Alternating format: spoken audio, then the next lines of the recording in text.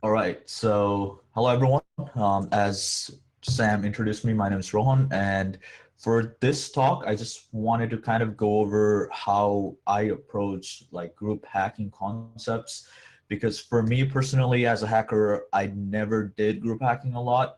I was more of a solo hacker where I, just go to my room and then hack every day or something like that along the way.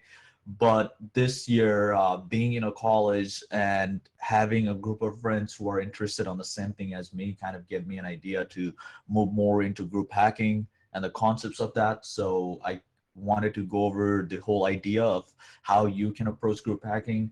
I have been monitoring the chat on YouTube for a while now, and I already know some of the hackers there that do really good group hacking as well.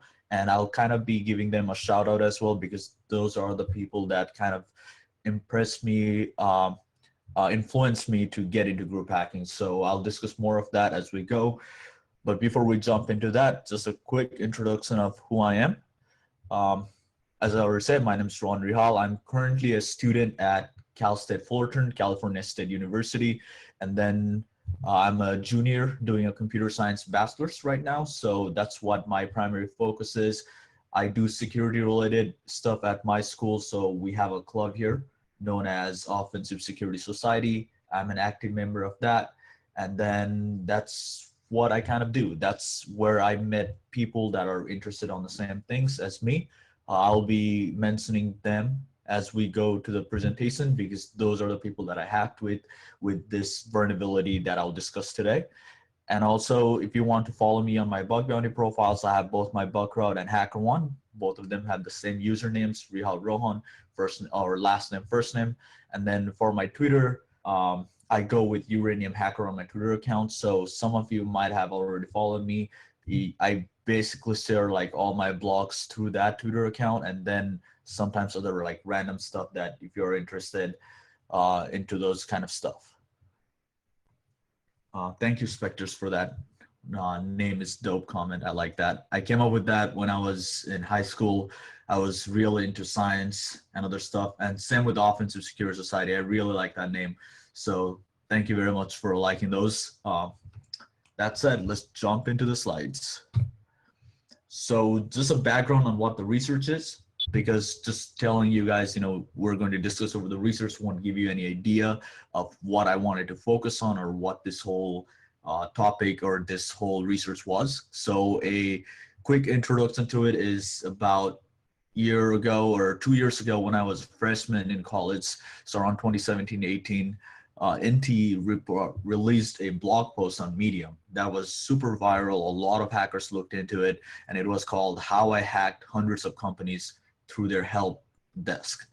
And it was really interesting to me when I read it because I really like looking into corporate systems.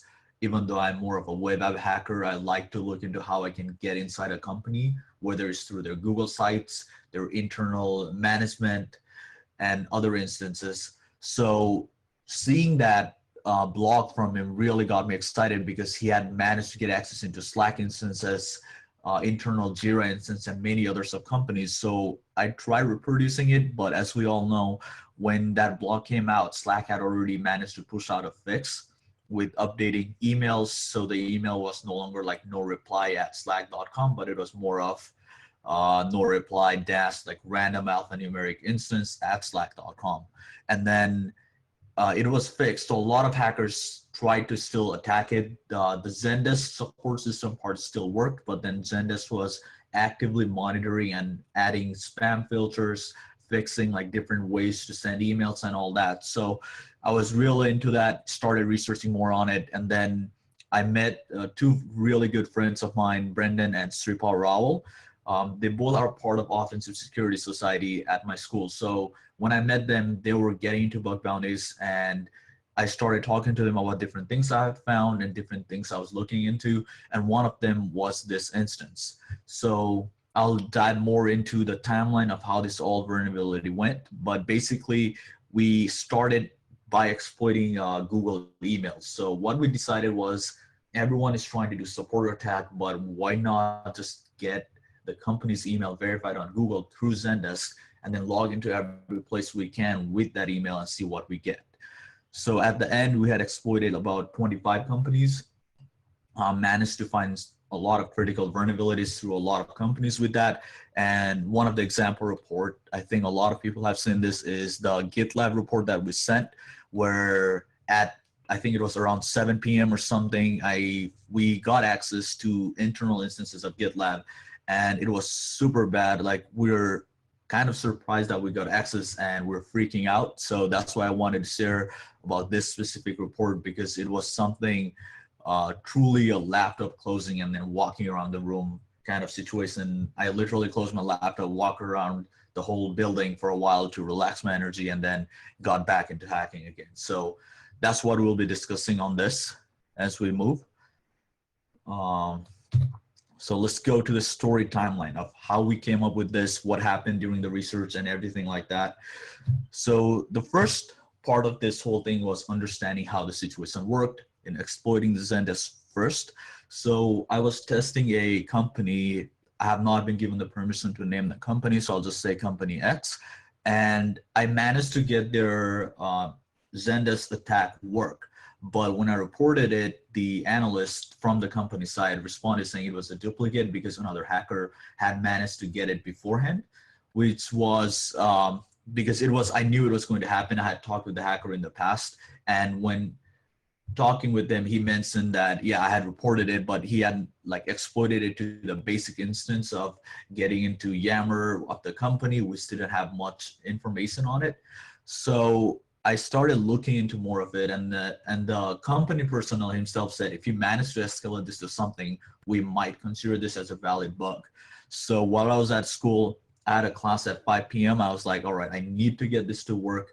I need to attack this. I want that bounty. And 4 p.m. around, I was testing the Atlassian instance of signing up on Atlassian, and it sent me a verification email saying, you know, verify support at companya.com on Atlassian, and you will get access to your own Atlassian system. That was because I had signed up my own Atlassian instance. But when I clicked verify, and I went to their Atlassian instance, because it was like companya.atlassian.net, I managed to get into it, and then I had access to all the security reports that was coming in. It had all the serious like things that you could find, all P0s, P1s, everything being released. All of that information was there. And that's where I understood like this could be exploited to a massive level, where you could get access to a lot of companies' Atlassian instance and all of that critical things. As soon as I found that, I decided, well, this is the time where I like report it and, you know, let the company know. I discussed with the company, and they started working on a fix right away. But something that like right then I was working with those friends, so we decided this is super cool, let's kind of understand this further. So what I did was we decided to focus more on how like live hacking events work. So if you haven't been to a live hacking event or like a bug bash that Bugcrowd does, there's usually an aspect called show and tell, where companies select one of the like their best reports that they got for the day or anything similar around that, to kind of, you know, discuss about the vulnerability that the hacker found, what his approach was, how to attack that. And right then, at around 8 p.m., we decided to meet up in our room. So we have like a small private room at our school for our club. You know, we did a quick presentation of how I exploited it, what was the like the requirements from Zendesk side, so requiring support emails, anything that we needed, and we started taking notes of every attacks that we could do. So once we had done that, the next day we came back to our room and started planning the whole research, because at that point we knew we could exploit this to more companies, but we just needed to manage it well and not be super noisy about it. And we started attacking it from February 20th. We went till I think March, around March, April, and then we released our blog on 04/19/2019, and that's when we discussed the whole exploit. That said, I kind of want to go over the strategies that we used that I think is super important, because if you don't use the strategies, you are likely going to have some failure throughout the way, especially in group hacking. And for our research, we needed to have a proper strategy because it could be super noisy. You are emailing a support company and you could have a lot of, support persons just focus on your ticket if you're emailing them multiple times, which is wasting their time. And a prime example of that is once I found this company person reached out to me, and then like I was discussing with him and he said, I challenge you to find this on my company, on the company that I'm security engineer at. And I said, all right, I'll look into it. I'll see what I can do. And I started emailing the company like multiple times because one time it'll work, the second time it won't.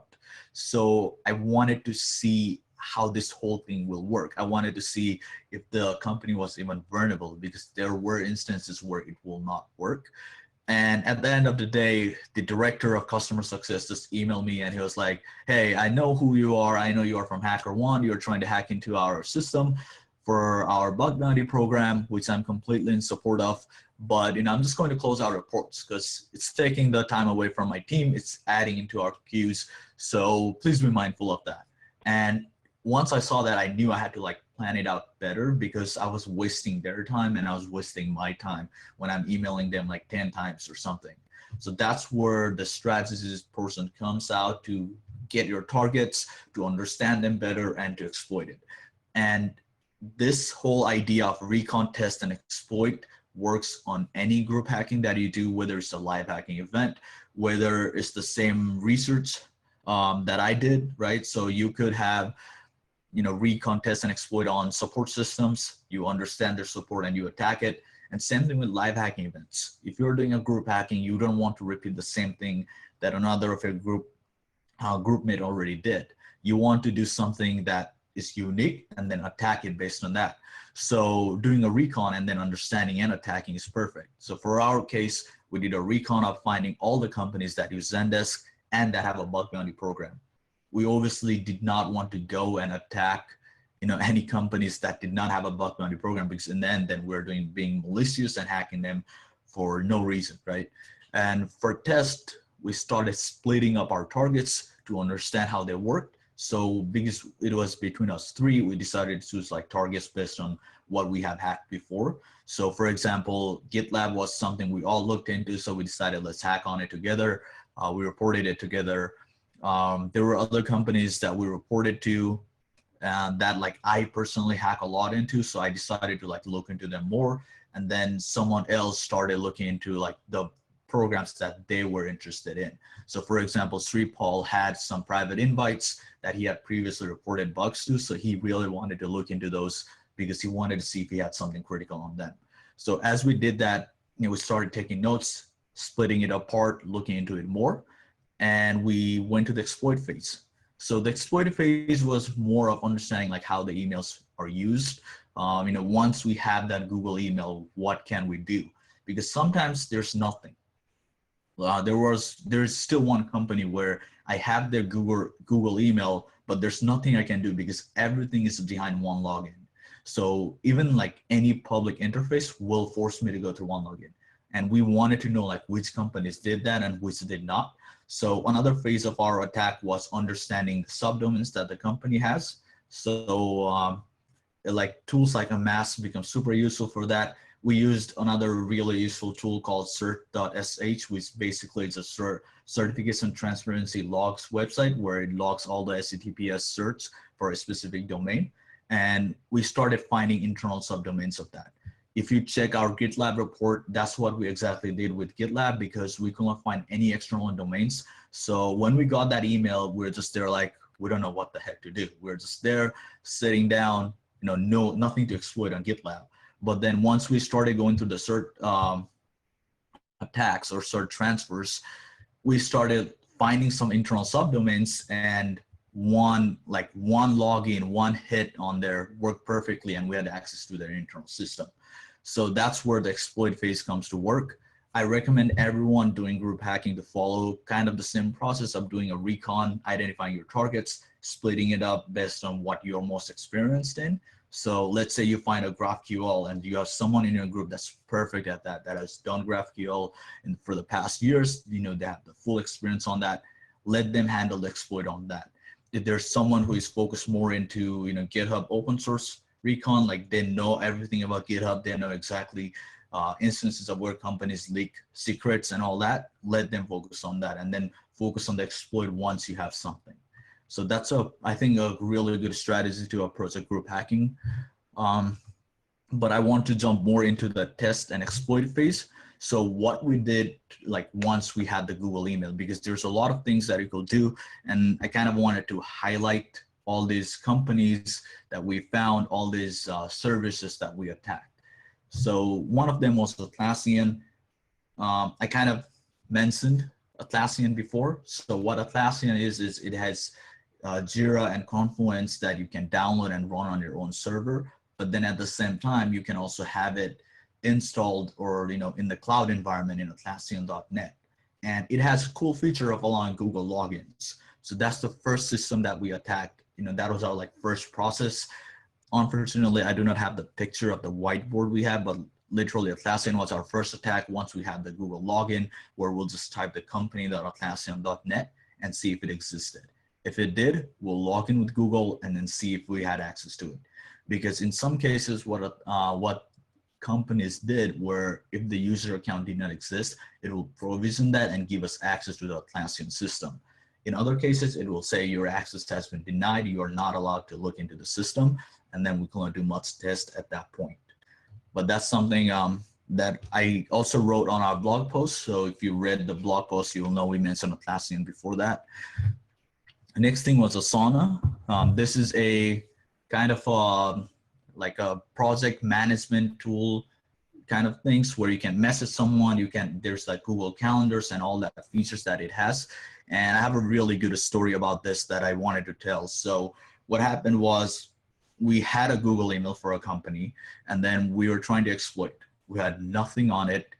Brendan looked into all other instances like Atlassian. We could not get anything. I started looking into internal subdomains. And then then Sri came up with the idea like, hey, let's try signing up on the company's own instance, right? Like let's just go to company8.com and then use their email to sign up as a user and see if we had some exploit from that. So he was looking into that part. It worked for other companies, but not for this particular one. So as we looked into that, we're kind of stuck. We had no idea what to do. And we're just like spitballing ideas of, we have seen this instance, like based on my work at when I interned at Tinder or when I interned at Hack or when I worked at HackerOne, and all the instances I could see like, hey, we could be using Atlassian, we could be using Zoom or anything other than like other features. And as we did that, there was another research team in the room and that was like, they did not know the full exploit we were doing, but they were hearing all these tools we were mentioning, all these online tools. And one of the person from that research, he was like, why don't you guys use Asana? And none of us had any idea what it was. So he was like, yeah, this is what this tool does. It's super cool for project management. A lot of companies use it. We went to asana.com, signed in as the Google email that we had, and we had access to the project management right away. So we could see all their upcoming projects, all access to internal documents. And that's something that I'll probably mention at the end of like how internal documents can be sensitive and how I recommend everyone to look into those when you get access to these instances too. But basically they had a bunch of Google Docs that were public, that had like, they were not designed to be public, but when they shared it with someone else, they basically made it public and then we had access to it. So all we had to do was click and then open. And we had all these internal documents that had internal management ideas. We had project meeting agendas. So those were like some of the critical aspect to it. So that is where Asana became super useful to us, where having no other system and just one project management gave us access to a lot of critical secrets of the corporate system. Another was internal dashboards. A lot of people have seen these dashboards when you usually do subdomain analysis on companies. So you'll see systems where it says, please log in with @company.com in Google or something. And that's what we decided to target. That's where GitLab was mostly vulnerable because we could not find their Asana, their GitLab obviously didn't use Atlassian. They have their own instance on gitlab.org. So we're kind of bummed out, like we couldn't find anything on GitLab. So we decided to go through cert.sh and we started looking at all their subdomains. So once we did that, we kind of had a couple of subdomains like I think one of them was Prometheus or something, I forgot the name, that had the instance on and it said, please log in. And we're like, all right, we can give it a shot. We logged in and it gave us access. And the reason was because it was provisioning those accounts. So that's something like that was real interesting on these companies is it will, if you have the domain or if you have the Google login, and even if you did not have an account, it will create an account for you and you'll get access to it. So that was really interesting for us to see. And we got access to a lot of internal dashboards with that. Give me a second.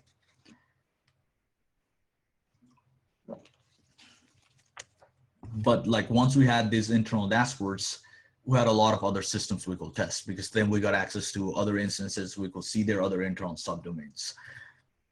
And another was Slack instance. So previously I mentioned that Slack instances did not work for companies because it required you to have some kind of like login, or, you know, Slack instances were using the no reply with alphanumeric on creating accounts. But we used other support systems to exploit into Slack instance and kind of log in to multiple companies Slack instance. So I'll go over that real quick with the biggest storyline on this right here. So Zendesk was not the only system that we attacked, even though that was our original point of view.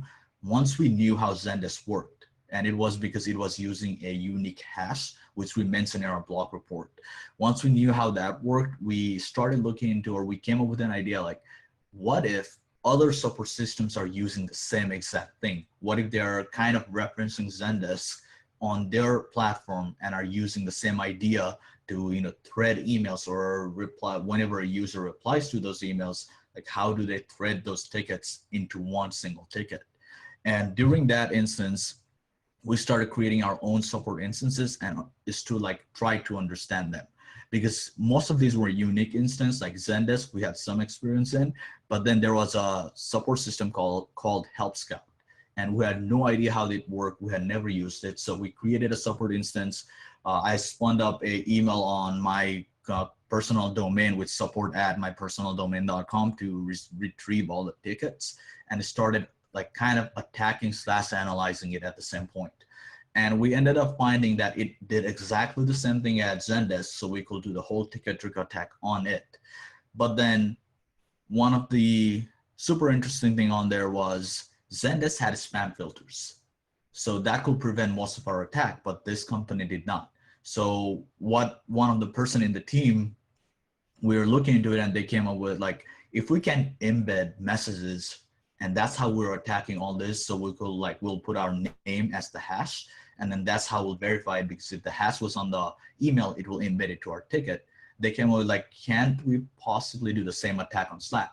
So we started looking into Slack instance, and then Slack has a super cool feature called Find My Slack Instances. What that does is you give your email, and then it will send you a list of all Slack instances you are part of. What that is super interesting is that it will also give you invitations, or like it will give you a list of invitations that you have on Slack. And for that specific portion, it also gives the name of the Slack instance and the invitation link. So what we did was we spun up our own Slack instances. I think by the end we had like 50 Slack instances we created for this. We had like the name set up to be the hash of the ticket.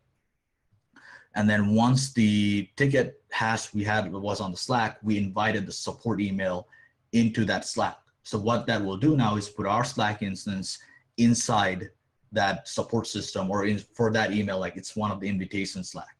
And once that was done, you know, we'll go to the Find My Slack instance and then put the company's support@slack or support@domain.com into Slack, and then Slack will send it a list. It will say, hey, you can be part of this, this, and this. And because it had our invitation on it, all of that Slack instances will be listed on that ticket. So then there will be like a single launch link where you basically click on the launch. It had a single sign-on or like one-time link kind of idea where basically you click on it and it will log you in directly. So we're able to do that and log into multiple companies' Slack instances, and sometimes even sign up. So the unfortunate part of that was we had to like wait for the agent to reply to see all the Slack instances. So what we did was the one-time link didn't work for a particular company because the one-time link expires in 24 hours. So what we decided to do was, hey, try to create an account instead. So we used a classic support plus one trick where we basically signed up or invited that email with support plus one at domain.com to our Slack. And because that user account didn't exist, Slack allowed us to create our own account into the into those Slack instances. And once we had those, we were into like critical things. We had access to internal third-party conversations. So for example, I'm not going to mention the company or anything like that we found on there, but they basically had a single channel feature where they were inviting their clients to discuss features with them or whenever the clients had problems. So we could see all the messaging going on between them. API tokens were being passed into those messages. So you could do a lot of attacks there.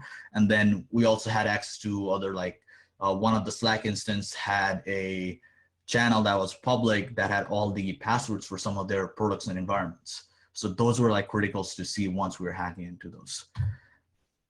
And show and tell. So that's something that's the primary focus of group hacking, in my opinion, is sharing what you're finding or anything that is unique with everyone in your group. When we came up with the Slack idea, I did a test run with a company. So I did a test run on my own and it worked obviously on my company because I had everything, I knew exactly what to do, but I wanted to see if it would work on a real bug bounty target. So again, we used to hack on the evening time. So it was around 6, 7 p.m. I sent that test, woke up next morning. I had classes in the evening. So I was just on my computer in the morning and then I got an email reply from one of the agents and it had all the Slack instance on it. So I just took a picture of that, sent it to my friends. And I was like, it worked. Let's discuss this now. So we went, when we went to school, I did a whole demo on them on my own company to show how this works. We started taking notes of all of that. And then we started exploiting it right away. So that was something we decided to do, is do show and tell no matter how small it could be, because then someone else has an idea of chaining it. I don't know if I know exactly which event it was, but in one of the live hacking events, Johnny from, he goes with Rather Be Online on Twitter. He works at Tinder. He mentioned that he had came up with he had a unique situation where he had an environment and then he couldn't do much with it. So he asked someone, he told someone else on his group, hey, I have this environment. I don't know what to do with it. And the other person said, try this, and it worked, and they had a critical bug right away. So always sharing what you're finding, even as small as it could be a subdomain, or it could be a GraphQL environment, right? And then sharing it that with someone else will be super useful, because then you get access to a lot of critical aspects to it. A classic shout out I'll give on this one is to Ed and Kareem, who did the research on Travis CI recently, and they published it, because for them it was really nice to see how they approached the whole idea of group hacking too, where they hacked on groups where someone found that something could happen with Travis CI, where it's leaking credentials. The whole team worked on creating a script to analyze it. As they found the vulnerability, Kareem started reporting it, looked into it more. And it was really nice to see the same idea where they shared what they have found among each other and then started making it a bigger bug than it could be, right? So taking a low-hanging bug potentially, or hard to exploit at first, to a super critical and super easy to exploit, because now once you have the script, you just run it on a company's domain on Travis CI and you see all the stickers popping up if they have one. So that was really nice to see. I just wanted to give them a shout out where they did that excellently. So let's move on to the key takeaways, what I got out from group hacking, where specifically for me, as I mentioned before, I don't do a lot of group hackings. I don't I participate in live hacking events sometimes, but most of the time it's remote due to school. And then because of school too, I just come home, hack for an hour or something, and then start studying again. So group hacking was really not an option for me before, but being in college, being in this group has helped me to evolve on that part. So I kind of wanted to write the takeaways of that, how to use it, how you can understand key takeaways, what you can get out of what I've done in group hacking. So burnout, I think this is something that every hacker has gone through. If anyone says they haven't gone through a burnout, I'll probably sit there lying, because that's pretty much something you'll go to. And that's what has happened to me in the past, where, I have been hacking for a long time. And then when you don't find a bug, you're just there well, I cannot find things. I need to take a break. And once you start taking a break, some of the hackers have said it's really hard to get back. And that's where like group hacking comes to work. I recommend that if you're doing a break or something, and if you want to get back into hacking, work with a couple of friends, talk with them, start hacking with them, because then you kind of get excited just seeing how they are hacking. And that's literally what it was for me when I was in the break time, is because Brendan and Sri will be hacking on different targets, and I could hear them like talk about different vulnerabilities they're looking into, or a specific endpoint that they were trying to attack, and that was something that was interesting to them. So whenever I listen to that, I'll pretty much say like, hey, I can help with it. Like, send me the target. If we are in the same program, let's hack together. And that's how I got into it. You basically are surrounded by friends. You're surrounded by people who are super excited on the same thing as you are. And that kind of gives a really good environment, especially if you're hacking like face to face. So because they are college friends, we're in the same room, we know each other very well, and we're hacking together. And that was really nice to see. And I had to add this GIF is because that's literally what like group hacking will be. When I said, literally with group hacking, you can take a low hanging fruit to a critical bug that could literally be laptop closing and walking out. And I mentioned that on GitLab, if you guys were paying attention on that, when I said we didn't have anything to do GitLab attacks. We didn't have any subdomains, or like we didn't have any public domains of theirs. So we didn't know what to do. But then we're like, well, let's see if we can find something. And then Sri and I started looking into it. Brendan was in class, so Sri and I started looking into subdomains. And we started finding all these internal subdomains that I could log into. And I was just sitting there on my computer. I was like, this is not possible.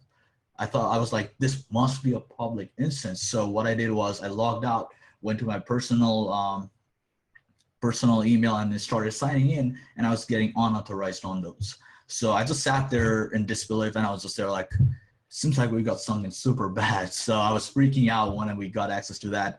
I closed my laptop, took a quick lap around the room, and then get back into my chair, reported the bug, and then reached out to a couple of friends on Bug Bounty forum saying like, if you know someone at GitLab, I need to talk right now because I got access to something bad, and I don't want them to wait till tomorrow to see it in case it could be worse.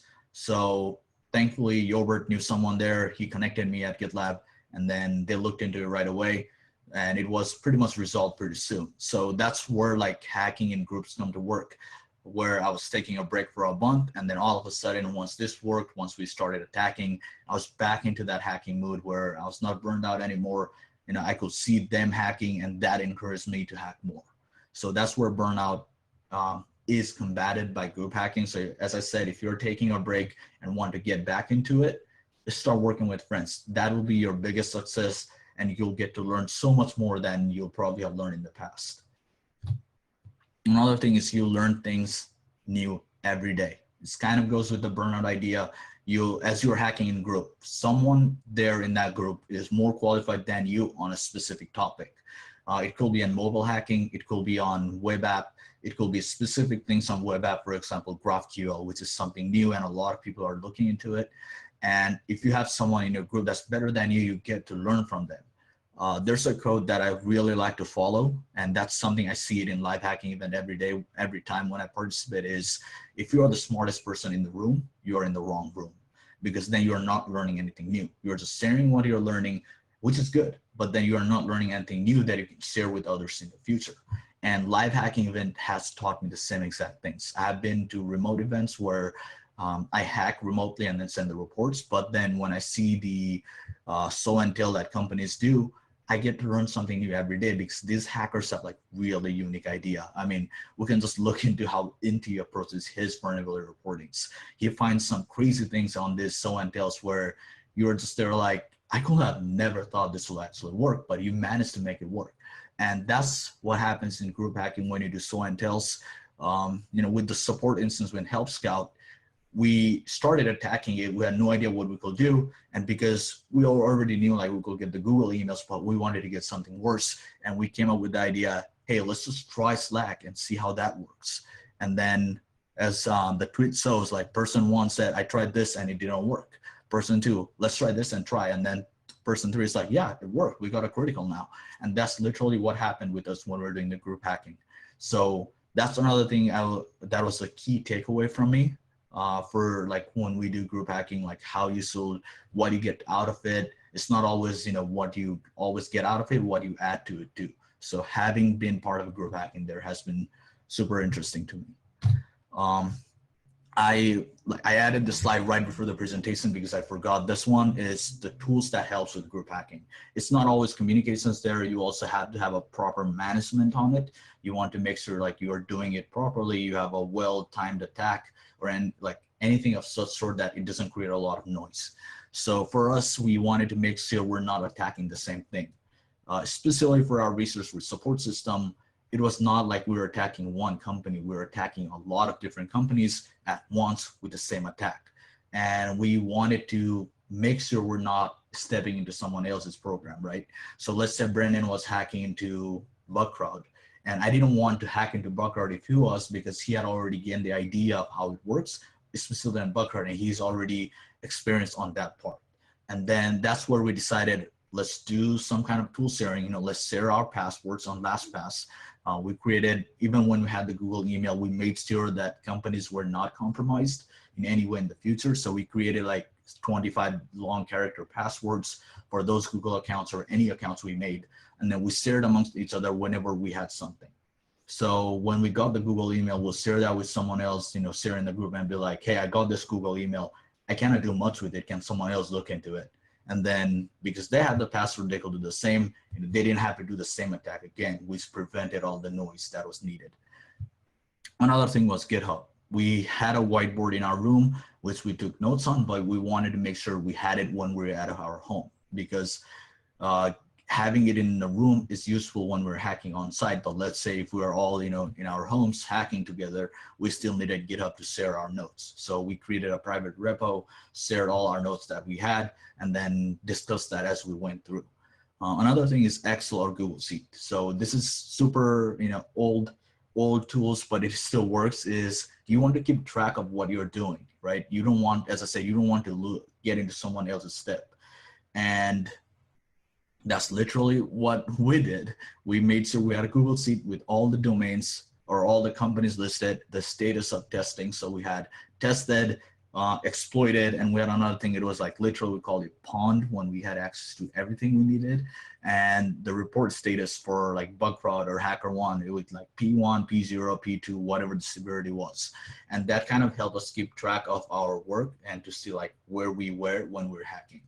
So whiteboards is simple but super effective. I have a whiteboard at home. We have whiteboards at school, and it's really nice because you get to show like what is going on in a way of like you are describing as you're writing instead of just typing and then sending someone that, right? So you're presenting while you're writing, and I really like that idea. I recommend people to try it. I have a video right here, or a picture right here from Ed. He already mentioned on the comment, as well as this was from H1202. This is from the video that he took picture of. In the background, you can see like behind Franz and Matthias, Matt, I don't know how to pronounce his name. He has a whiteboard there, and they were planning out like how to write a tool. And that's something that I have done frequently as I do more group hacking, is have something like where I can just write down on the whiteboard and then explain like as we go. So it's doing kind of a hacking, like an interview / hacking together kind of things. So I really like that idea, and I wanted to kind of shout out to Ed for this too, because he does a really cool, like when he does group hacking, he does really cool stuff. So I wanted to give him a major shout out on this.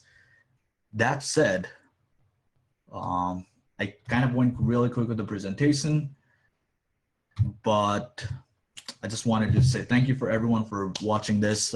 Thanks for Bugcrowd for inviting me or accepting my talk on this CFP. And thank you very much. If anyone has any questions, we have a couple of minutes left, so I'm happy to answer them. I'm on the YouTube chat as well, monitoring it. So if you have questions, let me know. Anything about the research, anything about, I think someone mentioned about the Uber SendGrid. So if you have questions about those, anything about group hacking or anything like that, feel free to ask.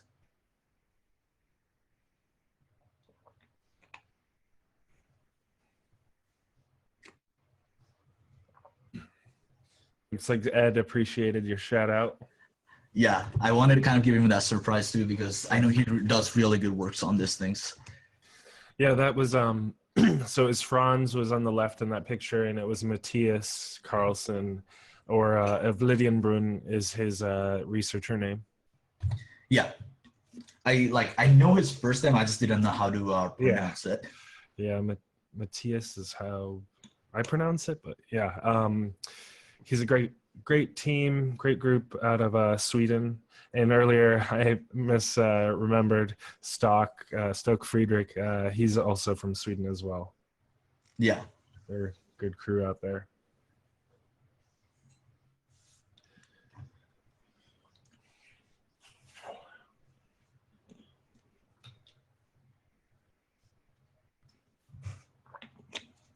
All right. Well, I mean, unless we have anything coming through chat here over the next little bit, I guess we can move on. But guess we'll wait for a few more seconds, see if anything comes in. Ed asks, oh, that's interesting. It's kind of an interesting question given. So Ed asks how you guys decide how to split out the bug bounties in a team, which is kind of interesting because at Bug Crowd, we will have something that will help with that soon. But I'm interested in how you would even, how do you decide on what percentage? Like, oh, I'm going to give you 20% or 30% or whatever. How do you guys discuss that amongst yourselves, and how do you decide what's fair? So for most of it, like there were some programs where we were just invited as like a person. So let's say Sri was invited to a specific program and he was hacking on it. We did not want to any split bounties on that because that was his program. He spent the effort on it. Even though we're doing group works, I said, you take the bounty because you put the effort on it. You chose the target. You went on the full exploit phase. And if you need help, we can help, but we are not going to take bounties on that.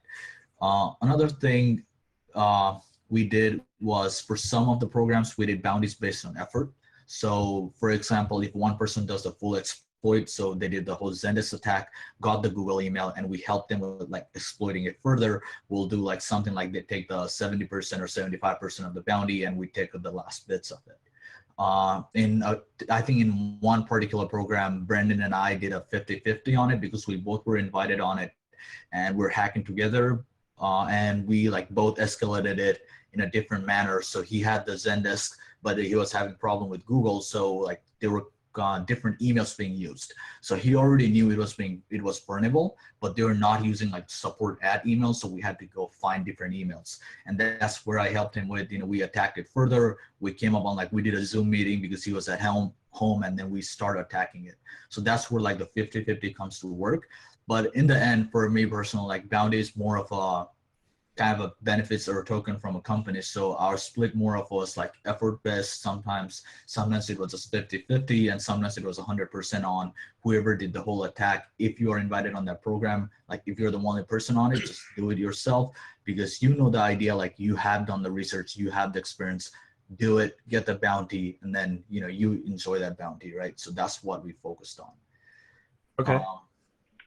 I think Rusty also had a question. Casey asked a question in chat. Yeah, he asked, are there any reasons that you can think of that program owners wouldn't want to allow this sort of collaboration on their particular program or engagement? There were some programs where they're kind of skeptical on having collaborators on or something like that. One of the reasoning was that person is invited, but we haven't seen them hack a lot. So how do we guarantee that he's not exploiting it or something? But other than that, I honestly think a lot of programs are getting into more of collaborators idea. And one thing I'll highly recommend is if you're doing a group hacking, it's something unique, for example, Travis CI that Ed did, support system, or anything you do on group hacking. Talk about it on public because then the companies can see the result of it and they will see the benefits of it, right? Right now, group hacking is not known a lot except through live hacking events, bug bashes, or some of these blogs that come out. And that's what's making the companies understand instead of having one hacker just report the bug and then they send it to other hackers, we can encourage it by having a feature. And Bug Crowd is doing it now. HackerOne has done it. Is the collaborators feature. And that has encouraged a lot of group hacking in the past, and it still does. And companies are realizing having these groups hack together will give them more vulnerabilities that are severe than just like getting low hanging fruits or like low severity bugs every day. So I think more like the more we talk about it, the more publicity it gets, it will be something that a lot of companies will run towards, because everyone at the end, like everyone wants success in their program. No one wants to have a case where they're not paying any bounties and then one day they find out like a hacker has been on their system for 9 months, right? So having this kind of group hacking or kind of investing on that is something I think every program will want to do. It's just that they want to see an evidence of it being successful before they even dive into it. Because one thing a lot of hackers I think don't realize is, and I didn't realize this until I was interning at Tinder, is when you run a program, it's not just the security team involved on it. There's other red tips, there's legals and others involved on it. And you want to convince them, like security team will be fine with group hacking them. But then you want to convince the legal team, like, hey, these groups are something you can trust. They're not malicious groups. They're not anonymous, like, you know, some kind of hacking group out there that are just going to pawn us and then share our data on darknets or something like that. So the more we tweet, the more we give the publicity to group hacking, the better it will get for every one of us. Hey, Ron, I had a quick question. Did you run into any like resistance because some of the ways you were getting in were through third-party services and on a custom application that the clients actually had, or the programs had actually developed? Yeah, so there was a particular instance where we reported the vulnerability. So there's like a really, I guess like a good learning thing that we had is we reported the bug and the company for some reason thought it was a Zendesk vulnerability. So basically what happened was they reported it to Zendesk saying, hey, this is your flaw and we're getting attacked. But in the end, it was not like a Zendesk flaw at all. It was a feature they had, you know, it was not like it was designed to be a feature in general. So like nothing you could fix or nothing Zendesk had to fix. But because the Zendesk team got it as a potential like hacking attempts going on, they asked HackerOne like, hey, what is this hacker doing? Like he's attacking our potential companies or our clients and what's going on. So we had a couple of resistance from those programs where they were like, you're attacking Zendesk, not us. Explain to us like why this is our issue. So what we did in dealing that, and this is like where the report writing concept comes to work, is you want to tell them exactly what you did and you don't want to tell them like any extra stuff that's not necessary. So what we told them was, hey, this is your Zendesk instance and we understand you think this is a Zendesk vulnerability, but this is where Zendesk tells it's not their vulnerability. And we told them like about Zendesk documents where they clearly mentioned it was a feature, and the support team looked into it afterwards, like the security team looked into it and they said, oh yeah, we thought we fixed this, but turns out someone disabled the feature again. So that's like where a couple of resistance came. There was one particular resistance where, because this was an ongoing research, like we're looking into how to explore this further. So we were able to use the emails to get access to like a specific third party. I do not have the permission from anyone on that yet, so I don't know, like I'm not going to mention the third party yet, but basically we got access to that company's third party and then we let them know on the report saying like, hey, we were, you know, not for that specific company, but we're testing it on our own instance, and we got into our own instance third party system, and we let them know saying, hey, like we're able to verify this works on this system too. We ask you to kindly like verify that as well. And they first thought we exploited against them. So they were like, hey, please stop doing this research. Like this is making it hard for us to fix stuff. So we had that kind of resistance where I think more of it is like miscommunication, trying to like let them know of something else and they understand something else on it. So that was a like a kind of a bad side of it when we're doing research. So there were a couple of moments like that, but there was also a really good moment. The report is not public yet. I really hope it goes public. Is we reported it to the company and they are based in Europe. So when we reported it, it was like 12 p.m. Like it was midnight or 12 a.m. It was midnight there, and the person involved in that program got up because it was critical for them, and he started looking into it. And we had like a really lengthy communication back and forth on how to fix it. So like we're discussing, like he was talking what he was seeing on his side, and we're mentioning like what we were testing. So it was like a really good conversation between our teams. And in the end, like it has been a really good kind of communications with them that I really hope I can do with other programs. So I'm really hoping like once they close the report as a result that we can public it and show it to the world, like how companies will approach this environments or like this kind of situation, because you don't usually see, you know, like for example, Travis CI, you don't usually see that come up like every day. And when you get those kind of reports, like how do you deal with that? Do you like just deal with saying like, hey, thanks, and then don't do anything else? Or do you like talk with the researcher because they are researching on that and kind of understand their perspective, why they are researching it, what they have found fixes the vulnerability, and go on through that. So that's something I really hope I can share once it gets public. Cool.